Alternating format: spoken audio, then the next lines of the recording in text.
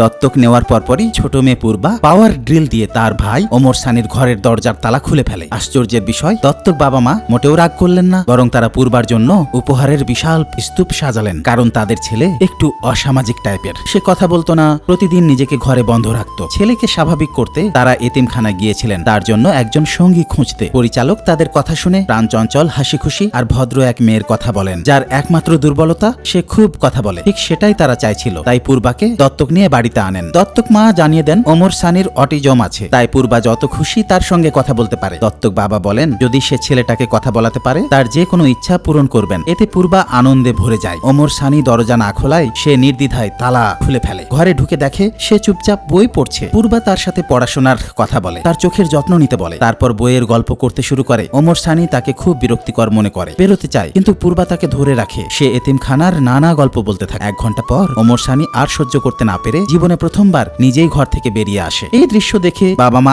আবেগে ভেঙে পড়েন। দত্তক মা সিদ্ধান্ত নিয়েই ফেলেন পূর্বা আজীবন এ বাড়িতেই থাকবে। পুরস্কার হিসেবে তারা পূর্বাকে শপিং এ নেওয়ার কথা বলতে থাকেন। বেরোনোর আগে পূর্বা দেখে ওমর সানি সিঁড়িতে একা দাঁড়িয়ে আছে। তার চোখের একাকিত্ব দেখে পূর্বা বোঝে সেও স্বাভাবিক জীবন চায়। সে জানায় সে আর বাইরে যেতে চায় না, ভাইয়ের সঙ্গে কথা বলেই থাকবে এখানে। বাবা মা তার সংবেদনশীলতায় মুগ্ধ হন এবং সঙ্গে সঙ্গে সিদ্ধান্ত নেন পূর্বাকে স্কুলে পাঠাবেন। পূর্বা জিজ্ঞেস করে ভাইও কি আমার সাথে যাবে? বাবা মা ভয় পান, কারণ ওমর সানি ভিড়কে ভয় পায়। কিন্তু পূর্বা বলে ওমর সানি এখন অনেকের সাথেই মিশতে পারবে। সে প্রতিশ্রুতি দেয় সব সময় তার পাশে থাকবে। ভেবে দেখে বাবা মা রাজি হন, অন্তত চেষ্টাটা করা যাক। কিছুদিন পর পূর্বা ওমর সানিকে স্কুলে নিয়ে যায়। বড় ক্যাম্পাস দেখে পূর্বা আনন্দে উচ্ছ্বাসিত হলেও ওমর সানি ভয়ে কাঁপছিল। পূর্বা সঙ্গে সঙ্গে 2টো ইলেকট্রনিক ঘড়ি বের করে, একটা তাকে দেয়, একটা নিজে রাখে। বলে বিপদ হলে ঘড়িতে যোগাযোগ করবে, সে সঙ্গে সঙ্গে ছুটে আসবে। কথাগুলো ওমর সানির হৃদয় ছুঁয়ে যায়। সে প্রথমবার ভাবতে শুরু করে একটা বোন থাকা সত্যিই ভালো। স্কুল শেষে পূর্বা দেখে ওমর সানি নাই। ঠিক তখনই তার ফোন আসে। ফোনের ওপারে ব্যঙ্গাত্মক আওয়াজ শুনে সে বুঝে যায়